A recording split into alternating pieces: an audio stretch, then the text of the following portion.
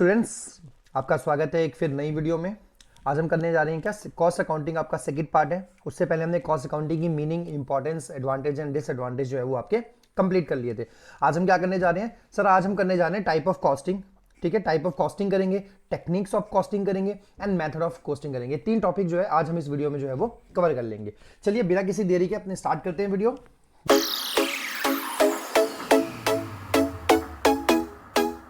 देखिए सर, सबसे पहले हम बात करते हैं टाइप ऑफ कॉस्ट। जो कॉस्ट जो होती है ना वो कितने प्रकार की होती है। देखिए सबसे पहली कॉस्ट कौन सी होगी आपकी सर, सबसे पहली कॉस्ट होती है हमारी फिक्स्ड कॉस्ट।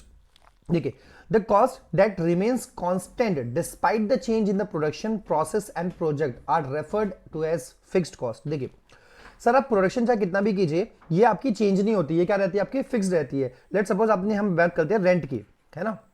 अगर कोई आपने वेयर हाउस या फिर हम कह सकते हैं मैन्युफैक्चरिंग यूनिट आपने कोई रेंटेड किया है अगर, तो आप उसमें अगर आप 1000 शू जो है लेट सपोज प्रोड्यूस करें तो भी आपको रेंट जो है सिमिलर पे करना पड़ेगा। उसके अलावा अगर आप इसको इंक्रीज करके 2000 कर देते हैं आपका, फिर भी आपको रेंट क्या होता है वो सेम ही पे करना पड़ेगा। तो इसको क्या कहते हैं, फिक्स्ड कॉस्ट कहते हैं। देखिए यहाँ पर मैंने एग्जांपल भी लिया आपका। उसके अलावा हम सैलरी भी बोल सकते हैं, जो स्टाफ आपका काम कर रहा है उसको जो आप सैलरी पे करते हैं, तो सैलरी भी आपकी सेम ही रहती है। तो सैलरी भी किसका एग्जाम्पल हो गया, आपका फिक्स्ड कॉस्ट का एग्जाम्पल होता है। ठीक है, in a manufacturing unit the salaries of office staff will remain fixed irrespective of the production। भाई प्रोडक्शन कितना भी ज्यादा हो या कम हो, आपका कभी भी सैलरी चेंज नहीं होती है। ओके, तो उसको हम क्या कहते हैं, फिक्स्ड कॉस्ट कहते हैं। चलिए अब देखते हैं नेक्स्ट कॉस्ट के ऊपर, जो कि आपकी वेरिएबल कॉस्ट। सर जिस तरह से फिक्स्ड कॉस्ट आपकी फिक्स रहती है ना, उस तरह से वेरिएबल कॉस्ट क्या होती है आपकी, ये वेरी करती है with the level of production process and the project change.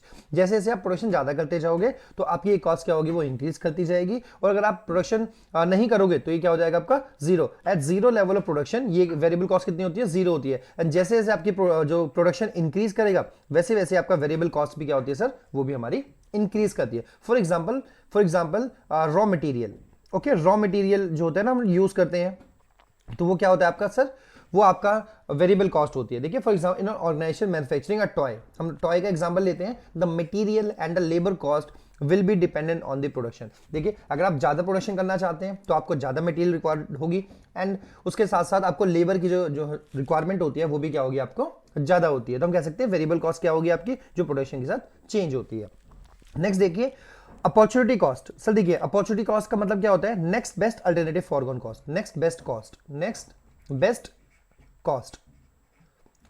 Okay, the cost incurred in selecting one options over another. क्या होता है आपका, हम एक को चूज कर रहे हैं और दूसरे को क्या कर दे रहे हैं, लीव कर दे रहे हैं, तो उसी को क्या बोलते हैं, अपॉर्चुनिटी कॉस्ट कहते हैं। एग्जांपल के तौर पर in a toy manufacturing unit with a limited labour hours and materials. देखो आपके पास क्या थे सर, आपके पास लिमिटेड लेबर आवर्स हैं, यानी कि आपके पास लेट्स सपोज करो 100 लेबर्स हैं और 100 लेबर्स हैं और आपके पास वो 8 घंटे का टाइम है, यानी कि आपके पास जो टोटल लेबर आवर्स है वो कितने हैं सर, 800 आपके लेबर आवर्स हैं। ओके, अब देखिए सर इस 800 लेबर आवर्स में आप क्या करोगे सर, आपके सामने ऑप्शन है, आप क्या करते हो, अगर आप डांसिंग मंकी, लेट्स सपोज एक प्रोडक्ट है हमारा, हम डांसिंग मंकी जो है ना वो क्या कर रहे हैं आपके बना रहे हैं, तो इसकी वजह से क्या होगा, आपका जो स्पीकिंग टॉय है आपका, स्पिनिंग टॉप कह सकते हैं आपका, एक दो जो गुड़िया होती है ना घूमने वाली, तो वो जो होती है आपका, तो आप ये प्रोड्यूस नहीं करोगे। तो हम कह सकते हैं क्योंकि 800 घंटे में आप केवल एक ही चीज प्रोड्यूस कर पाओगे, तो इनफैक्ट आपको ये देखना पड़ता है कि सर दूसरा जो हम प्रोडक्ट नहीं बना रहे हैं उसकी प्रॉफिटेबिलिटी कितनी ज्यादा थी, है ना। तो ये हम देखते हैं किसमें, अपॉर्चुनिटी कॉस्ट में। अपॉर्चुनिटी कॉस्ट का मतलब क्या हो गया सर, एक ऑप्शन आपने चूज कर लिया, जो दूसरा आपने ऑप्शन चूज नहीं किया वही हमारी क्या होती है, वो अपॉर्चुनिटी कॉस्ट होती है। और जब बिजनेस में हम कोई चीज प्रोड्यूस करने ना, तो हमको जो है अपॉर्चुनिटी कॉस्ट को कंसीडर करना होता है, क्योंकि यहां पर हमने डांसिंग मंकी को चूज किया। अब हम देखेंगे सर डांसिंग मंकी से हमको कितना प्रॉफिट हो रहा है, एंड स्पीकिंग टॉप जो है ना उससे हमारा कितना प्रॉफिट हो रहा था। इन दोनों चीजों को आपको क्या करना पड़ता है, कंसीडर करते हैं जब हम बात करते हैं कॉस्ट की। चलिए नेक्स्ट कॉस्ट देखते हैं हमारे सामने जो है सर, नेक्स्ट कॉस्ट है आपकी संक कॉस्ट कहते हैं इसे। देखिए बहुत सी ऐसी कॉस्ट होती है जो लाइफ टाइम जो होता है वो कवर नहीं होती है आपकी। देखिए certain cost are incurred and can not recovered, these are sunk cost. जो देखो जो आप खर्चा तो करते हैं बट आपकी कवर नहीं होती है, उसको क्या कहते हैं, संक कॉस्ट कहते हैं। Continuing with example toy manufacturing unit, sunk cost would refers to the machinery cost that has been incurred, यानी कि जो मशीनरी कॉस्ट हो जाएगी क्या हो जाएगी, वो हो जाएगी आपकी संक कॉस्ट हो जाएगी। ओके चलिए ठीक है, तो हमने 4 टाइप की जो है वो कॉस्ट जो है वो कवर कर लिए। अभी आगे देखते हैं हम टेक्निक्स की बात करते हैं, आपकी जो हमारी कॉस्टिंग की जो टेक्निक्स होती है वो कौन कौन सी होती है। चलिए सबसे पहले हम बात करते हैं सर मार्जिनल कॉस्टिंग की टेक्निक।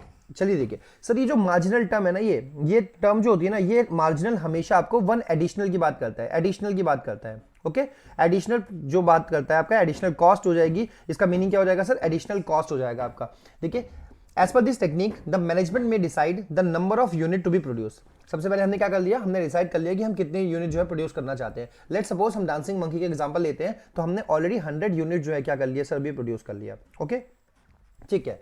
उसके बाद कहता है आपका okay, this techniques helps the management to understand that if the production is increase to 150। देखिए अब ये टेक्निक है ना, हमको क्या बताती है, वो हमको बताती है अगर हमने 100 यूनिट से 150 यूनिट्स पे अगर हम जाते हैं, यानी कि अपना प्रोडक्शन हम इंक्रीज करते हैं, तो हमारी जो प्रोडक्शन इंक्रीज करने से ना हमारी जो एडिशनल कॉस्ट आएगी वो कितनी आएगी, एडिशनल कॉस्ट कितनी आएगी हमारी, ठीक है। एडिशनल कॉस्ट कितनी आएगी वही हमको किससे पता चलेगा, आपका मार्जिनल कॉस्ट से पता चलता है। यानी कि जब आप एक सर्टेन लेवल के बाद अपना प्रोडक्शन इंक्रीज करते हो, तो प्रोडक्शन इंक्रीज करने से आपकी कॉस्ट कितनी इंक्रीज होती है, उसी को क्या बोलते हैं हम सर, मार्जिनल कॉस्ट बोलते हैं। ओके।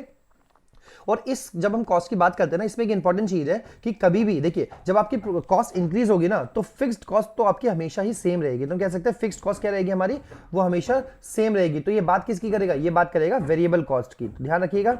ठीक है, तो हम क्या कह सकते हैं, आपका जब कभी भी प्रोडक्शन आप इंक्रीज करते हो, आपकी कॉस्ट इंक्रीज होती है, तो वेरिएबल कॉस्ट जो होते हैं ना, हम उसी की बात करते हैं आपकी। ठीक है, देखिए in this technique only variable cost for additional unit produce is considered, fixed cost are not taken into consideration. Fixed cost को हम कंसीडर नहीं करते क्योंकि फिक्स्ड कॉस्ट आपकी चेंज नहीं होती। तो चेंज क्या होता है, केवल वेरिएबल कॉस्ट चेंज होती है आपकी। चलिए सर नेक्स्ट देखते हैं आपका, नेक्स्ट है हमारा स्टैंडर्ड कॉस्टिंग। देखिए in this technique of costing the cost incurred are compare to the pre determined cost of the product process and project. ठीक है, हमने क्या कर लिया सर, हम क्या कर रहे हैं 100, जैसे हमने बात करी सर 100 हमने क्या किया, 100 यूनिट जो है ना वो प्रोड्यूस करिए, किसकी 100 यूनिट हमने टॉय की प्रोड्यूस करी है। ओके, तो हमने ना पहले ही डिसाइड किया हुआ था। स्टैंडर्ड कॉस्टिंग में क्या होता है कि हमने पहले ही डिसाइड कर दिया कि सर इसमें जो है ओवरऑल कॉस्ट कितनी आएगी। लेट सपोज हमने क्या बोला, हमने ऑलरेडी जो डिसाइड किया हुआ था कि 100 टॉयज को बनाने में हमारे कितने ओवरऑल जो खर्चा होगा वो कितना होगा, 2000 रुपीज जो हमारा टोटल कॉस्ट आ जाएगी। ओके, तो क्या करते हैं इसमें स्टैंडर्ड कॉस्टिंग में, हम एक प्री डिटरमाइंड जो कॉस्ट है उसको डिसाइड कर देते हैं। उसके बाद फिर हम क्या करते हैं, तो उसका बाद एनालाइज करेंगे भाई हमने प्री डिसाइड कितना किया था और हमारे एक्चुअल में कॉस्ट कितनी आई है। अगर कोई भी वेरिएशन आता है, तो वेरिएंस आता है, तो उसको हम क्या कर सकते हैं, एनालाइज कर सकते हैं, जिससे हमारी कॉस्ट इफेक्टिवनेस जो है वो अचीव हो जाएगी। हम क्या करेंगे, अगर हमारी कॉस्ट इंक्रीज हुई है तो हम ट्राई करेंगे कैसे हम अपनी कॉस्ट को कम कर सकते हैं। चलिए स्टैंडर्ड कॉस्ट आ गया समझ में, बहुत बढ़िया सर। नेक्स्ट देखते हैं हम, हमारी क्या होती है, डायरेक्ट कॉस्टिंग होती है। देखिए इसमें क्या होता है आपका, in this techniques all the direct costs incurred for the particular product process are charged to it and indirect costs are written off to the profit and loss account। देखिए इसमें क्या होता है, डायरेक्ट कॉस्टिंग में हम जितने भी direct cost को कंसीडर करते हैं, जितने भी डायरेक्ट कॉस्ट आप लगा रहे हो ना किसी चीज को प्रोड्यूस करने में, उन सभी कॉस्ट को क्या करते हैं इसमें कंसीडर करते हैं डायरेक्ट कॉस्टिंग के अंदर में। और प्रॉफिट एंड लॉस जो हम बात करते हैं अगर इनडायरेक्ट कॉस्ट को, तो उसको हम क्या कर देते हैं, रिटर्न ऑफ कर देते हैं अपने पीएनएल अकाउंट के अंदर। ठीक है, तो डायरेक्ट कॉस्टिंग मेथड में क्या हो गया, केवल हम डायरेक्ट कॉस्ट को कंसीडर कर रहे हैं। चलिए आगे और देखते हैं इसमें। नेक्स्ट होता है हमारा हिस्टोरिकल कॉस्टिंग। देखिए इसमें क्या होता है, जब हम बात करते हैं हिस्टोरिकल की, तो इसमें कंपैरिजन जो होता है ना आपका, वो पॉसिबल हो पाता है हिस्टोरिकल कॉस्टिंग में, कि आपको अलग अलग टाइम पीरियड का हमने क्या कर दिया, कॉस्टिंग दी हुई है, तो हम क्या कर सकते हैं, सब में आपका सबको हम कंपेयर कर सकते हैं आपके। ठीक है, it is comparison of all cost incurred after the process is perform. अच्छा ये आफ्टर होना चाहिए था। ठीक है, क्या होगा आपका, जब हमने प्रोसेसिंग के काम कर दिया उसके बाद क्या करेंगे, सबको हम कंपेयर करते हैं। चलिए सर यूनिफॉर्म कॉस्टिंग का मतलब क्या होता है, in this technique the same costing practice are followed across a certain unit of facilitate comparison. इसमें क्या करते हैं हम, जितने भी हम अलग अलग जो काम कर रहे हैं ना आपका, तो अलग अलग प्रोडक्ट लेट सपोज को हम बना रहे हैं, तो सबके अंदर क्या करते हैं, सबके अंदर हम यूनिफॉर्म कॉस्टिंग जो है मेथड का अपना यूज करेंगे, एक जैसी हम क्या करेंगे मेथड का यूज करेंगे, जिससे कंपेयर करना चीजों को आसान हो जाता है। नेक्स्ट होता है आपका ऑब्जर्वेशन कॉस्टिंग। ये जो मेथड होता है आपका फुल कॉस्टिंग मेथड भी कहते हैं इसे। इसमें सारी की सारी चीजें जो होती है ना आपके, सबको कंसीडर किया जाता है, जितनी ओवरऑल आपने कॉस्ट लगाई है उन सभी को हम क्या करते हैं, इसके अंदर हम कंसीडर करते हैं। चलिए ठीक है सर, ये तो हो गया हमारा टेक्निक्स ऑफ कॉस्टिंग। चलिए नेक्स्ट हमारे सामने जो टॉपिक आता है उसको देखते हैं। नेक्स्ट है हमारे पास, वो है आपका मेथड ऑफ कॉस्टिंग। ठीक है, मेथड ऑफ कॉस्टिंग, कौन कौन से मेथड होते हैं आपकी कॉस्टिंग करने के, है ना। ओके सो सबसे पहले देखते हैं हम आपका यूनिट कॉस्टिंग। देखिए यूनिट कॉस्टिंग, इसको हम सिंगल आउटपुट कॉस्टिंग भी कहते हैं। It is used in the costing of product that are expressed in identical unit and suitable for product that are manufactured by the continuous activity. देखिए इसमें क्या होता है आपका सर, जो एक ही जैसे प्रोडक्ट होते हैं ना आपके, एक ही जैसे हमने एग्जांपल लिया सीमेंट मैन्युफैक्चरिंग एग्जांपल लिया, डेयरी का हो गया, यहाँ पर सारे एक जैसे प्रोडक्ट बन रहे हैं, तो एक जैसे प्रोडक्ट होते हैं ना, आइडेंटिकल यूनिट जो होती है उनकी कॉस्ट हम क्या कर सकते हैं, इस जो है वो उसको क्या करते हैं हम निकालते हैं। इसके लिए यूनिट कॉस्टिंग में क्या कर सकते हैं, उसका इस्तेमाल करते हैं, जहां पर एक जैसे प्रोडक्ट होते हैं सारे के सारे, वहां पर कॉस्ट फाइंड करने के लिए हम यूनिट कॉस्टिंग मेथड का इस्तेमाल करते हैं।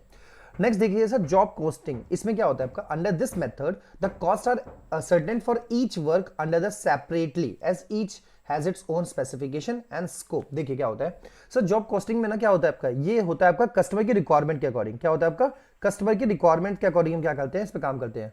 ये मेथड आप वहां इस्तेमाल कर सकते हो जहां आपके आपके अलग अलग तरह के कस्टमर्स होते हैं और हर किसी की अपनी अलग अलग नीड्स होती है, तो उसमें आप इस मेथड का इस्तेमाल कर सकते हैं। देखिए जैसे फॉर एग्जांपल लेट सपोज आप क्या कर रहे हो सर, आप हम बात करते हैं फर्नीचर में, लेट सपोज आप फर्नीचर शॉप में काम कर रहे हो, ठीक है, आपके पास फर्नीचर शॉप है। अब आपके पास अलग अलग कस्टमर्स आ रहे हैं, आपके पास लेट सपोज करो आपके पास 4 कस्टमर हो गए, हर किसी का अपना अलग तरह का डिजाइन चाहिए होगा, है ना, हम कह सकते हैं हर किसी को अलग तरह का डिजाइन चाहिए होगा। ओके, या हो सकता है आपका इस कुछ को इस तरह का सोफा जो है वो अलग अलग चाहिए का सोफा चाहिए होगा, तो आप क्या करोगे, हर किसी के लिए जो अलग अलग तरीके का जो है सोफा डिजाइन करोगे और फिर तैयार करोगे। तो इसमें क्या होता है सर, हर किसी के लिए ना आप अलग अलग शीट जो है ना वो तैयार करोगे, हर किसी की कॉस्ट जो है वो बनाओगे। तो ऐसे मेथड को क्या बोलते हैं, जॉब कॉस्टिंग कह सकते हैं आपका, यानी कह सकते हैं ये उस इंडस्ट्री में लगता है जहां पर आपको कस्टमर के रिक्वायरमेंट के अकॉर्डिंग हम काम करते हैं। जैसे रिपेयर ऑफ बिल्डिंग हो गया आपका, पेंटिंग हो गया, देखिए घर का हर किसी का अलग अलग होता है आपका, हर किसी को कस्टमाइज करवाना होता है कि अपनी पेंटिंग वॉल्स कैसी चाहिए होती है, लोगों को घर जो है वो अलग अलग तरीके का बनवाना होता है, तो वहां पर आप जो जॉब कॉस्टिंग है उसका इस्तेमाल हम कर सकते हैं।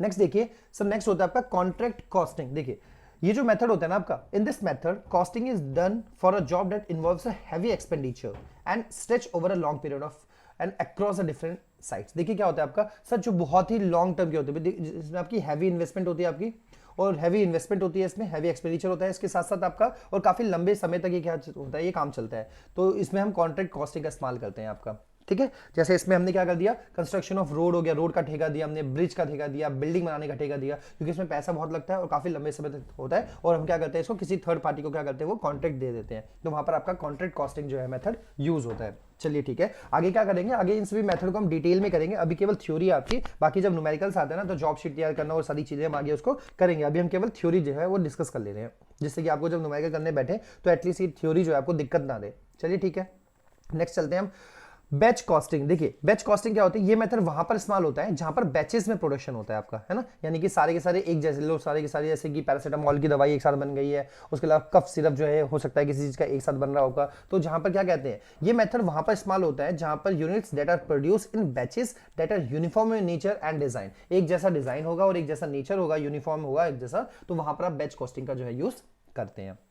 नेक्स्ट क्या आपका सर, नेक्स्ट है आपका प्रोसेस कॉस्टिंग। देखिए इसमें क्या होता है, देखो प्रोसेस क्या होता है, जब कोई भी चीज होती है ना वो डिफरेंट डिफरेंट स्टेजेस से गुजरती है, देखिए है ना, बहुत सारे जब कोई प्रोडक्ट बना रहे हो तो उसके अलग अलग स्टेजेस से वो जो है वो बन के एक फाइनल प्रोडक्ट जो है वो रेडी होता है। ओके, तो वहां पर जो होता है प्रोसेस कॉस्टिंग का जो है इस्तेमाल किया जाता है। जैसे फॉर एग्जांपल देखिए, it is use for the product which go through different processes, जो अलग अलग प्रोसेस से गुजरता है, like in the process of manufacturing cloth. जब आप क्लॉथ की बात करते हैं ना तो क्लॉथ जो है वो कितनी सारी स्टेजेस से आपका गुजरता है, जैसे स्पिनिंग होता है उसके अंदर, है ना, स्पिनिंग में हो गया, आप वेविंग हो गया आपका, उसके बाद फिर उसमें फिनिश प्रोडक्ट जो है अल्टीमेटली जास्ट में तैयार होता है। तो each process gives output the output, it is the finish product in itself and can be sold. अब जो देखिए हर स्टेज से प्रोडक्ट मिला, अब ये प्रोडक्ट मिला वो यहाँ पर जाएगा, या इनके लिए फिनिश प्रोडक्ट हो गया, फिर वो आगे जाएगा, फिर वो आगे जाएगा, फिर वो आगे जाएगा, तो यहाँ पर देखिए हर अलग अलग प्रोसेस हो रही है ना आपका, तो ऐसी स्थिति में आप कौन सा मेथड का इस्तेमाल करते हैं, इसके हम प्रोसेसिंग कॉस्टिंग कहते हैं, प्रोसेस कॉस्टिंग भी कहते हैं। चलिए ठीक है, नेक्स्ट देखते हैं हम, नेक्स्ट हमारे सामने है सर ऑपरेटिंग कॉस्टिंग। देखिए इसको हम सर्विस कॉस्टिंग भी कहते हैं। अभी तक जो भी आप देख रहे हो ना उसके अंदर हम किसकी बात कर रहे हैं सर, सभी के अंदर हम किसकी बात कर रहे हैं, हम प्रोडक्शन की बात कर रहे हैं। लेकिन ये जो मेथड होता है आपका, ये कहां पर इस्तेमाल होता है सर, ये जो मेथड होता है ये आपका सर्विसेज में इस्तेमाल होता है, जहां जहां पर भी इसकी सर्विस प्रोवाइड की जाती है वहां पर आप कौन सा मेथड इस्तेमाल करते हो, ऑपरेटिंग कॉस्टिंग का मेथड इस्तेमाल करते हैं, या फिर सर्विस कॉस्टिंग भी कहते हैं इसे। जैसे आपका पब्लिक बसेस हो गए, आपकी रेलवे हो गए, नर्सिंग हो गई आपका, एक्सेट्रा हम कह सकते हैं आपका। तो यहाँ पर जहां पर सर्विसेज प्रोवाइड की जा रही है वहां पर आप कौन सा मेथड इस्तेमाल करते हो, ऑपरेटिंग कॉस्टिंग का मेथड हम इस्तेमाल करते हैं। चलिए ठीक है, और लास्ट में हमारा क्या है आपका मल्टीपल कॉस्टिंग है। इसमें क्या होता है, when the output comprises different assemble parts like an television में देखो आप अलग अलग असेंबलिंग पार्ट्स होते हैं आपके, कार्स में भी बहुत सारी असेंबलिंग होती है, इलेक्ट्रॉनिक गैजेट्स होता है, देखिए कितनी सारी चीजें इसमें बनती है। The cost has to be ascertain for the component as well as the finished product. ठीक है, जैसे हम कार की बात करेंगे तो जब हम कार को लेते हैं ना तो कार में कितनी सारी असेंबलिंग होती है। देखिए इसके आपके हम कह सकते हैं इसमें सीट बन रही है, आपकी सीट बन रही है, उसके अलावा आप देखोगे इसके अंदर कहीं पर पेंटिंग होती है, इसके ऊपर पेंट लगता है, उसके इसमें टायर जो है वो कहीं पर अलग बन रहे हैं आपके, है ना। तो अलग अलग जगहों पर अलग अलग चीजें होती बनती है। तो आप क्या करते हो सर, हर किसी प्रोडक्ट यहाँ पर जो असेंबलिंग प्लांट है उसकी आपको कॉस्ट जो है वो डिटरमाइन करनी होती है, और फिर ओवरऑल आप कार की भी जो है वो क्या करते हो, वो कॉस्ट डिटरमाइन करते हो। तो वहां पर क्या लगता है आपका मल्टीपल कॉस्टिंग जो है वो मेथड यूज होता है। ठीक है, देखिए क्या बोलते हैं आपका, सच कॉस्टिंग में involves different and multiple method of costing. इसमें क्या कर सकते हो आप, अलग अलग तरह के जो मेथड जो है वो उसका आप इस्तेमाल कर सकते हो। चलिए, तो आज हमने ये वाला कर लिया है। तो हम क्या करेंगे सर, इसके जो नेक्स्ट पार्ट आएगा उसमें हमारा, तो उसमें हम और तरह की चीजें देखेंगे। और अभी हम क्या करेंगे, 5-6 वीडियोस में हम क्या करेंगे, थ्योरी डिस्कस कर लेंगे। उसके बाद फिर आने वाले समय में क्या होगा अपना जो उसके न्यूमेरिकल जो है ना वो हम कर लेंगे। उसके अलावा देखिए मैं अभी जो है वो फाइनेंशियल अकाउंटिंग की वीडियो भी लेके आने वाला हूँ थर्ड ईयर के लिए। फाइनेंशियल अकाउंटिंग की वीडियो भी जो आपकी जल्द आने वाली है, फाइनेंशियल अकाउंटिंग की वीडियो। एंड देन उसके अलावा फाइनेंशियल अकाउंटिंग की वीडियो भी आपकी जल्दी आने वाली है। एंड उसके अलावा फाइनेंशियल मैनेजमेंट की वीडियो भी हम बहुत ही जल्द जो है वो इस चैनल पे लेके आने वाले हैं। तो प्लीज़ चैनल के साथ जुड़े रहिएगा और अपने फ्रेंड्स के साथ भी इस चैनल को जो है वो शेयर कीजिए, पढ़िए। और अगर कोई भी आपको डाउट लगता है या कुछ भी आपको इंक्वायरी करनी हो तो प्लीज़ मुझे कमेंट में बता दीजिए। अगर मुझे ये भी बता दीजिए कि सर हमको इस सब्जेक्ट की वीडियो चाहिए, तो मैं जो है उस सब्जेक्ट की भी वीडियो जो है आपके लिए लेके आ जाऊँगा। चलिए आज के लिए इतना करते हैं, मिलते हैं फिर नेक्स्ट वीडियो।